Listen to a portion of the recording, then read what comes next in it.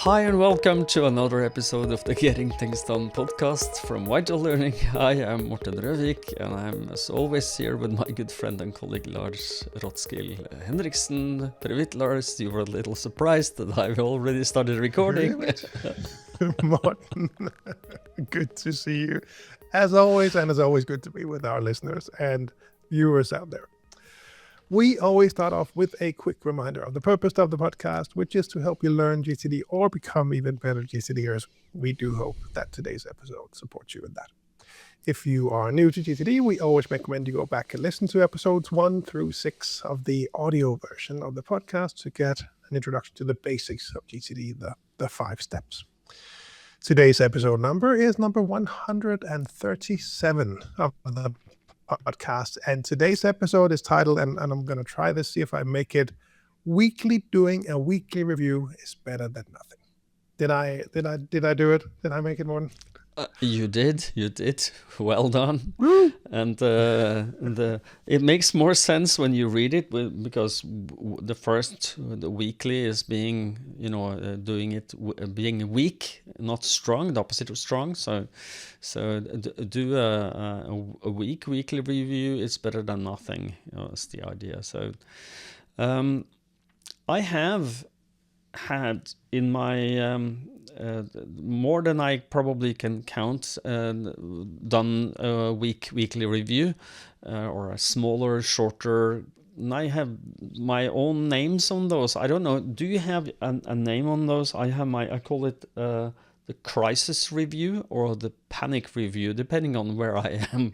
What do you call them, Lars? That's a good question. Perhaps I should name it. I don't think I even have named it actually, but maybe I should. The quick one that you just need to quickly get through, that you only have time for, energy for, or whatever. Whatever. At least. No, I don't have a name for it. Maybe I'll have to think about that one. Yeah. Well, the reason I'm trying to give them names is because they arise in different parts of my brain. Is like when I haven't done them for a long time and I've lost total overview, and then I get into panic mode. So then it's a panic review. And when suddenly my world has exploded and I have like 200,000 things to be done, and I feel I don't have, I'm in the middle of a crisis, then I do a crisis review, and that's just my 2 names on them, and they I don't distinguish between them very clearly, but it is a feeling of unease, and I think that is key. So the unease part, because what happens if you don't do a weekly review, Lars? And don't do them often enough to maintain stability and moving forward? What happens? Let's say. Well, maybe we want to recap. Why are we even talking about this? Because I don't know if we introduced the listeners to the fact that you're in your series of 20 years with GTD. Yes. Okay. So let's step back, and this is part of the series where we are trying to create some shorter episodes. Where we talk about the things that I've learned in my 20 years of personal doing GTD. And let's even step back even further and say that there's 5 steps of getting things done. The first one is capture, where you capture everything that has your attention. Then you need to clarify those, preferably every day. In the week, you look at them and you clarify them, trying to figure out what's the next action here, what's my desired outcome, if there is any. And then when you've done that, your brain lets go of everything and it goes into a system that you can trust. But if you're going to continue to trust that system, you have to update it on a regular basis, making sure that it's up to date. And that's called the weekly review. And as I remember from the training that we got or back in the day when I got training to become a trainer and a master trainer, and as a coach, we talked about the fact that there's very precise, as I remember it, at least wording for when you should do a review. And it is as often as you need to maintain control and overview, but at least once a week. And I find that if you don't do this, the results are feeling the yuck factor gets a little too heavy. I don't know. Have you, when you're not doing your weekly review, Lars, how do you feel? Yeah, no, that's probably the best way to describe it, and I think that's also one of the things that came from David describing this over the years, kind of like brushing your teeth. That you kind of have to getting into that in the habit of brushing your teeth, and at some point, it'll feel wrong. It'll feel disgusting. In this case, if you forget to brush your teeth, right? It's kind of that same thing with the weekly review, and I think over the years, I don't know if I fully understood that when I first started off with GTD, but certainly over the years, it really resonated well with me too.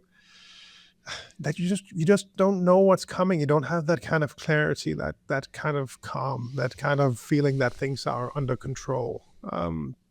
That, or at least you're not controlling things, but they're under control to the level that you're ready for whatever shows up, and that feeling is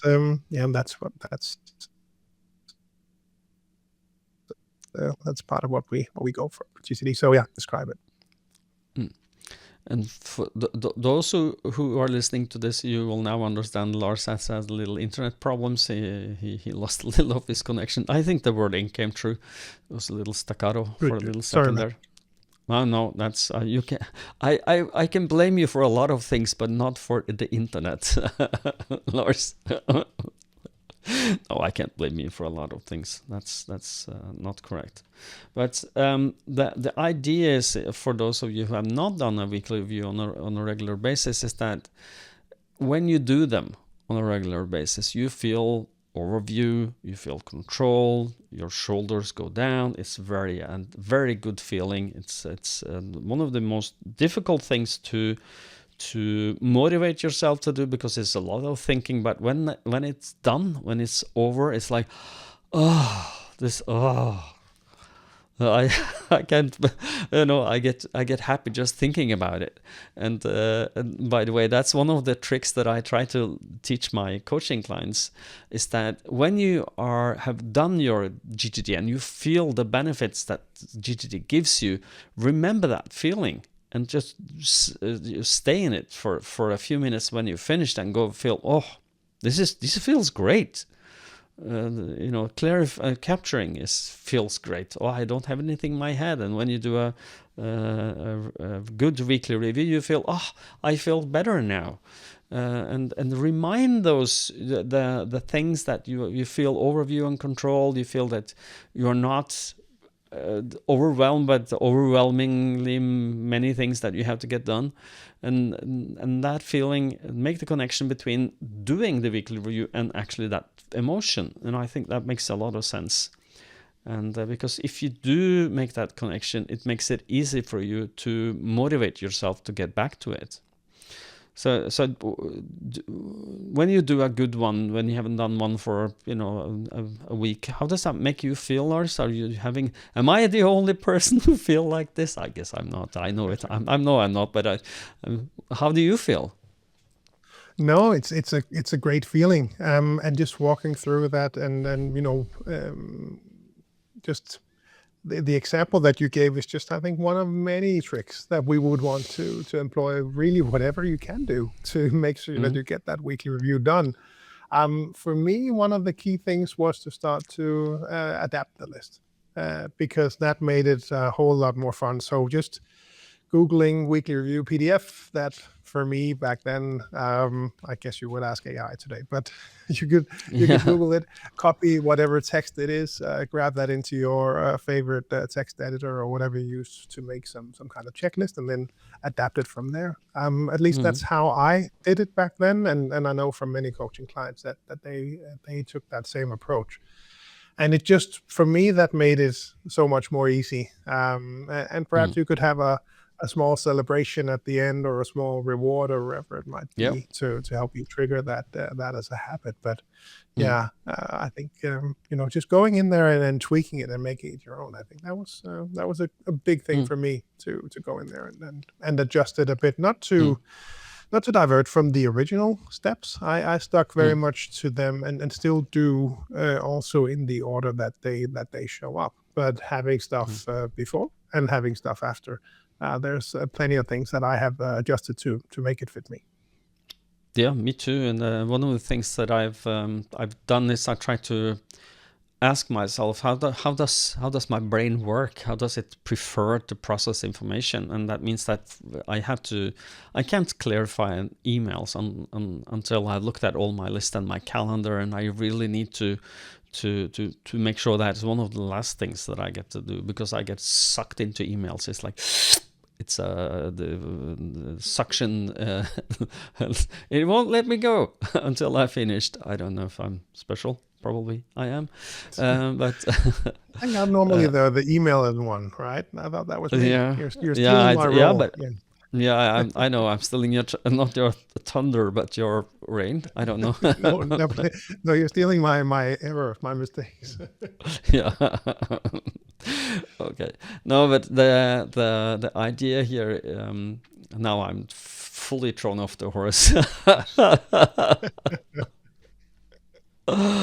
Oh, where were Sorry we? about Yeah, that's fine. No, I think we're coming back to the because this your choice of title just at least stuck with me. The weekly doing, as in strong versus weak, weekly doing weekly review. I will if I could jump in. One thing that I definitely have to mention in an episode like this is that that's how we met, right? That part of what I did was to create user groups on social media for other users of getting things done in Denmark, and that's how we our names crossed the paths. And one of those groups that I created was the Danish GTD Masterminds Facebook group that I set up originally, and in that group, that made us, I think, perhaps form the basis of the community in Denmark. That is what it is today with the summer camp as well. That we can throw in there, gtdsummercamp.com. Stick all the way to the end. I'll tell you more about it.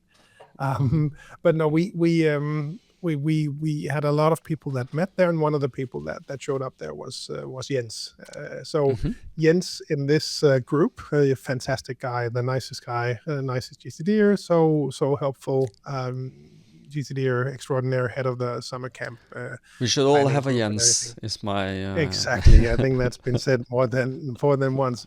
But specifically when it comes to the weekly review, and specifically relating to when you mentioned the title to me, that was the first thing that came up, because Jens would just every single week for the longest time would post on that Facebook group, and I think Facebook algorithms, and over time they start to throttle it, but he would just be persistent, and every week he would say, don't forget to do your weekly review, and a small review is better than none at all, something along those lines. I think originally from Meg Edwards, that I think I came across it first.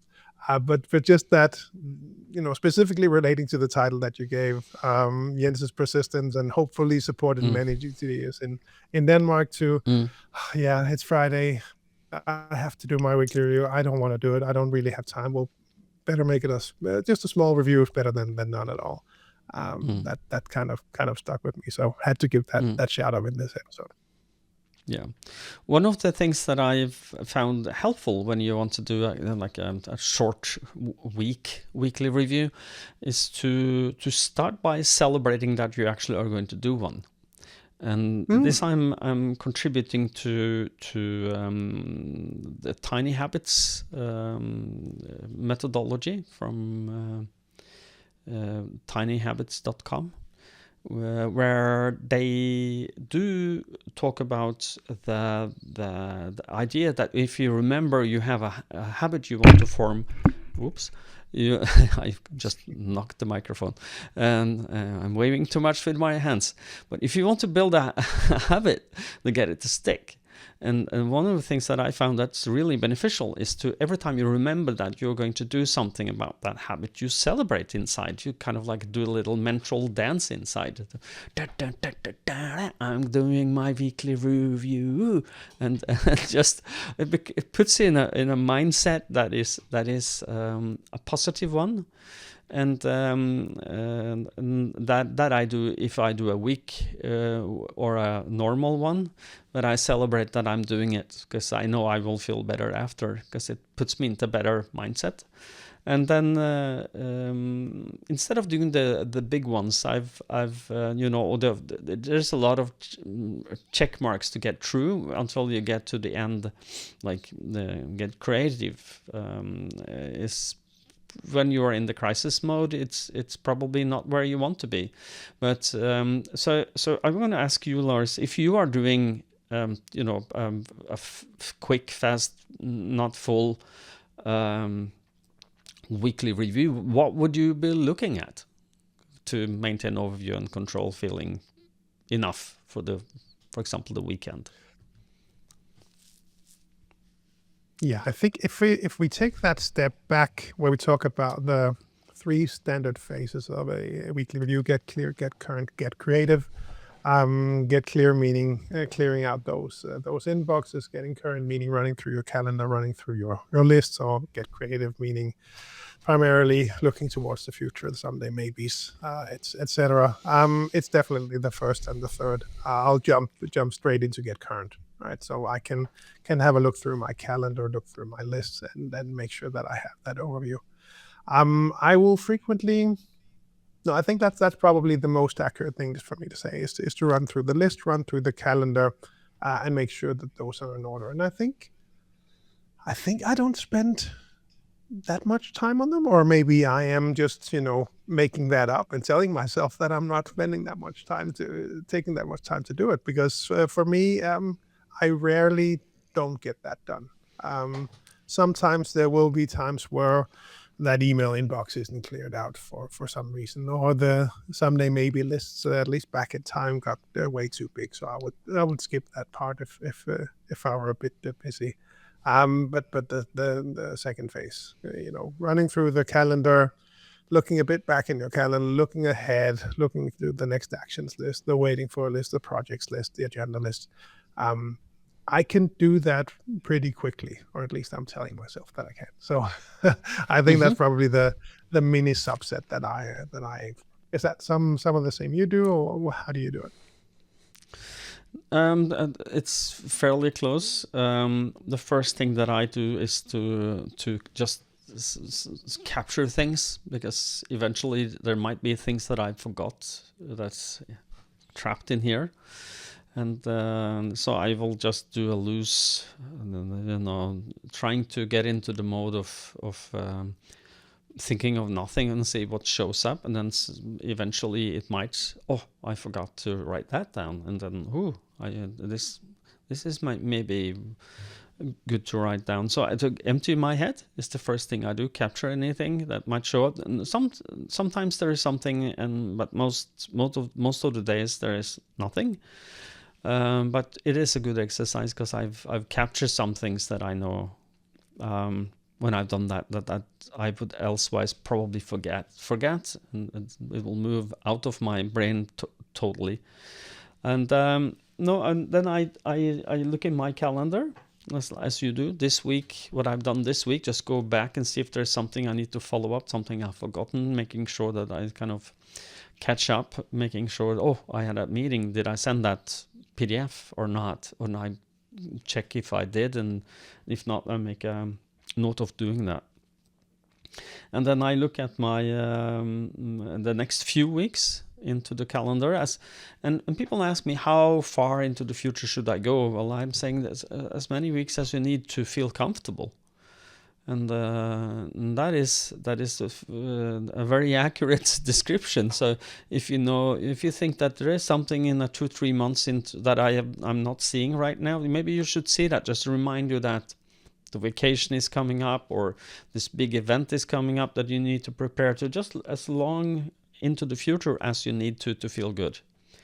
And then I'm looking at my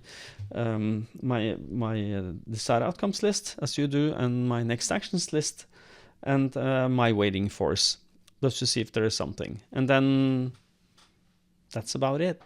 And that takes maybe 10-15 minutes.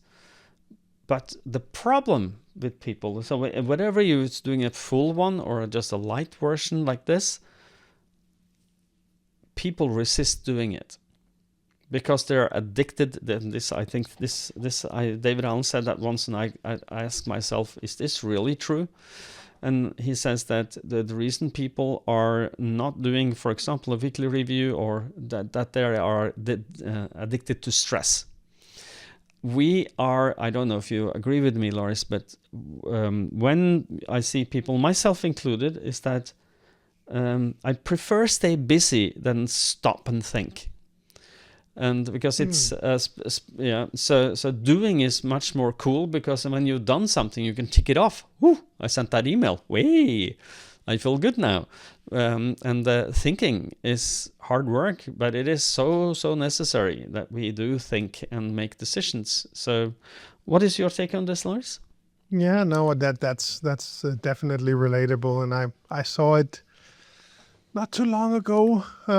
Phrased somewhat differently, but I think the thinking behind it is the same. The way that we tend to, I think the English expression is stick to the devil you know. That you're stuck in some old ways and not really wanting to leave that, as opposed to maybe something else would be even helpful for you to do, but since it's new, it's more of a challenge for your brain and yourself to engage in. So you kind of stick to the old bad habits, or not doing a weekly review, or whatever it might be. So I can definitely relate to that one. Absolutely. And the negative side of that is that if you don't stop and don't think, if you're trying to make or you need focus time, do concentrated work to do your job, you're not doing your job if you don't concentrate. And that is one of the real benefits of getting things done, as I see it, except for makes you feel better, is that it makes you proactive more than reactive. So you don't react to all the things that comes to you, but you proactively decide what to do about what, and then do what you decided to do. You plan your work and then do the planned work. That increases fairly dramatically. So you're less inclined to fall into the ad hoc all the time kind of work. You're tired, you're finished from work, but you're really finished in your brain as well when it comes to the things you need to get done. Okay, so should we try on a sum up of this episode? What would you say to sum this up? Two things. Well, first of all, also if I can do my AI twist on this. Okay. No, if you go back and listen to David 20 years ago, I think even, or if you find the video that we did in Denmark a couple of years back, where we talk about the world is moving faster and faster. Yes. And, the AI is just going to accelerate this, to a crazy extent. So it'll be even more specifically important to have this overview and to make sure that we're doing the right things, because if we can ultimately do anything, really can do that now, as opposed to just, in whatever way it was possible before. It is just so important that we engage in the right things and that we maintain that overview, and that we, capture all of those good ideas that show up, that, which direction we could go. So the weekly review, I think the more you will start to use AI in your work, the more important it will be for you to do the weekly review, to make sure that things are moving in the right direction. You're following up on things, that things aren't falling through the cracks. Many reasons why the weekly review, I think, will be even more important. Let's see if there will also be some good aspects of AI that will help you do the weekly review. But at least for now, where we are as of this recording, I think it's even more critical that you establish or maintain that good solid practice of doing a weekly review. I do agree with you. Yes. The other thing, and this will be. No, go ahead. No. You make you draw your breath as you were going to continue. So I will continue, and this will be me. But larsweekly.com. This was just, again, the second AI thing, and there'll be an AI drinking game, I think, as part of this podcast going forward, with me increasingly mentioning AI. But no, this was an experiment. It is an experiment. But if you go to larsweekly.com, if you're not already there, sign up. It's free. The whole point is to help you remember to do your weekly review. If you want reminders about that, you can receive an email or notification on your phone. And if not, just go in there and check off when you start to do your weekly review, and check off when it's done, and it'll start to track your streak, and you can see people all over the world doing their weekly reviews. And the whole goal was for all of us to help each other do weekly reviews. You can have accountability partners, so you can motivate people if they miss their weekly review. So you can send them, a cheers, cheer people on. Is that active already? The accountability it is partner for for everyone. everyone? Yes, okay. It is out there. Like I said, it was just created as an experiment to see if this would help. This has absolutely helped me to be more consistent. I don't want to have my dot on the world map of GTDers and not having it done for that week. And that's not that is the most important part of doing a weekly review, but it's just one of those one of many small things that can help me actually get the review done. So larsweekly.com if you wanna join us. We're building and adding more features and having fun with it, and you get the badges and everything. It's fun. Come join us. larsweekly.com. Yep, I'm there, and the reason I'm there is because it helps me stay accountable, and it also shows me.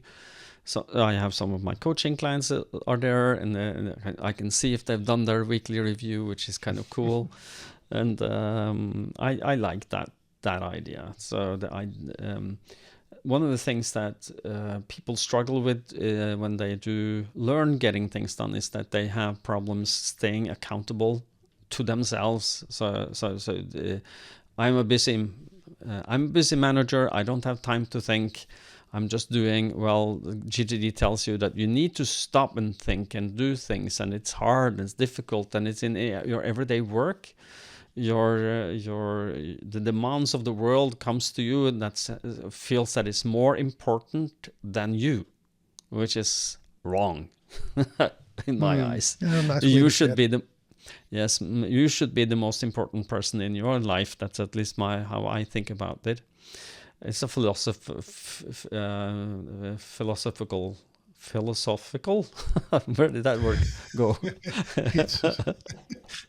It's a word. Yeah, it's a word.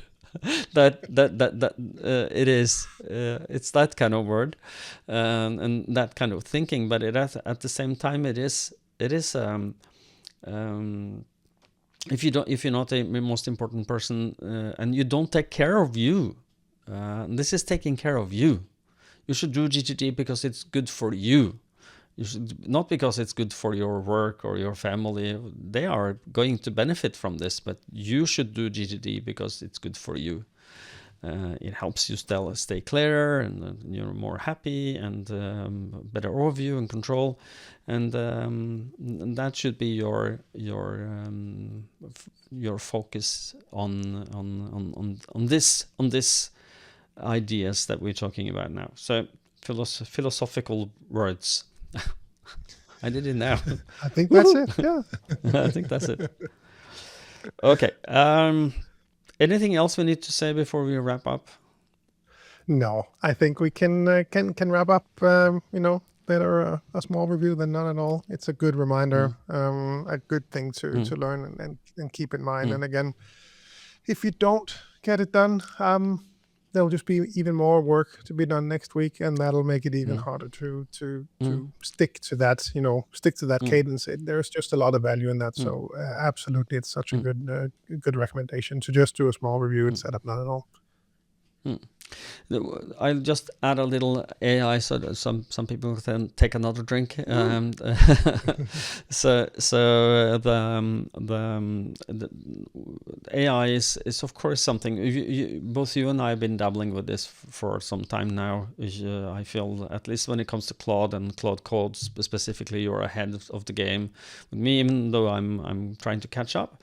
One of the things that I spend time on is to help people understand the 5 steps of GTD. So if you're a coaching client of mine, you can get access to a custom GPT in ChatGPT, which is helping you to understand and learn getting things done, but also learning specifically about the 5 steps of getting things done. Why is it important to do all of them? And one of the things that we've been talking about before, which I think is important, is that if we do not want to become drones, or the AI becomes the decision maker, we are just AI drones that are executing on what the AI. Sometimes it actually feels like that when you do, when you do the Claude code. I don't know if you've seen that, Lars, but you ask, I need to get this done, and he says, oh, then you have to go to this website, you have to click there, and have to find this information, and come back to me. It's like you are the gopher, like the courier of information, to get the API keys and whatnot, and information. And I'm just very mindful that if you can use AI as a tool to help you think creative around something, like I have this, I need to get this little unclear, can you help me clarify that? And it can help you unstick yourself from this, but that's why AI Morten will never suggest something for you. He will ask you questions so that it helps you clarify the things yourself. I create a full stop for that, so it pushes you to think, continue think and make decision yourself. It can creatively help you, but it won't do your thinking, which I think is the right way of thinking about AI. So AI. Now everybody is drunk, so we can close the episode. I think that could be a whole episode of its own. But let's not start that now. Okay, take us out, Lars, please. Well, the way we do that is a quick reminder of the summer camp, gtdsummercamp.com, where you can go to find more information about what we're doing. Basically, what we're doing is that every year we meet up. This will be the 6th year that we will do this. We meet up in Denmark, we spend a weekend, and we geek out about the different aspects of getting things done.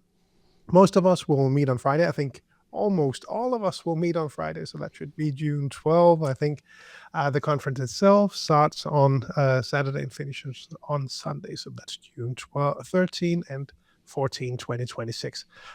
As you listen to this, we may be out of seats, but there should be a waiting list that you could sign up for. Definitely, if you were looking to join us, be sure to head on over to gtdsummercamp.com and have a look and sign up for the waiting list, and then we'll see what we can do. It's a fantastic weekend. It's the nicest group of people. Everyone ups their GTD game. Morten will be there. I will be there. David Allen will be there. His wife Catherine will be there. Their dogs will be there. Everyone is coming. Hopefully you will join us too if you can. It's a lot of fun. We really appreciate the support and backup. We have a new organizing group that has really made a fantastic program as well this year. So really looking forward to it. gtdsummercamp.com. Yes, cool. And the other place to go, if I should mention that, is vitallearning.eu, because that is where you'll find links to the different country websites for what Morten does in Norway, for what I do in Denmark, Greenland, Faroe Islands, for the other countries in the Nordics, plus running under the Vital Learning brand. Find more information about getting things done, coaching. You can set up meetings with us, learn more about the other trainings that we have. vitallearning.eu is the place to go. If you're outside the Nordics, then head on over to gettingthingsdone.com to find your local partners. Last thing for me to mention is that we also always remind people about the Master Class Retreat in these episodes, right, Morten? Yes, the GTD Master Class Retreat is an exclusive event that we do. What is it called when you do it twice a year? Bi-yearly, yeah. Bi-yearly, okay, because I thought I was meaning every second year, but it is I've times heard that it could be both, which I never understood. So yeah, let's no, maybe okay, two so times a year. 2 is times a safer. year. Yeah, it is. It's very accurate, and it is this time around. It's in the Holkenhavn Castle in Denmark. Beautiful, beautiful place. Beautiful people. 12 participants. Lars and I will be there, and hopefully David and Kathleen Allen will be there. And there is one-on-one coaching for all the participants over 3 days, and a lot of time to think and reflect and work on your higher horizons, which is the focus for this, higher horizons. 3 days, good food, fantastic place. Fantastic people, and the reviews are phenomenal. Click the link in the show notes if you want to know more about this. It is not for everyone, but you will know if it is for you. And it's an application process. If you don't know you need to apply, and we will talk to you before to see, make sure that we are having a good group to invite to the Holkenhavn Castle. Really beautiful. So now, Lars, are we at the end, I think? I think we are. When you stop talking in the middle there, I think it's my turn. Oh, I have to say something. It's kind of like, what? Where's my cue? Yeah, no, that's fair. That's fair. Okay.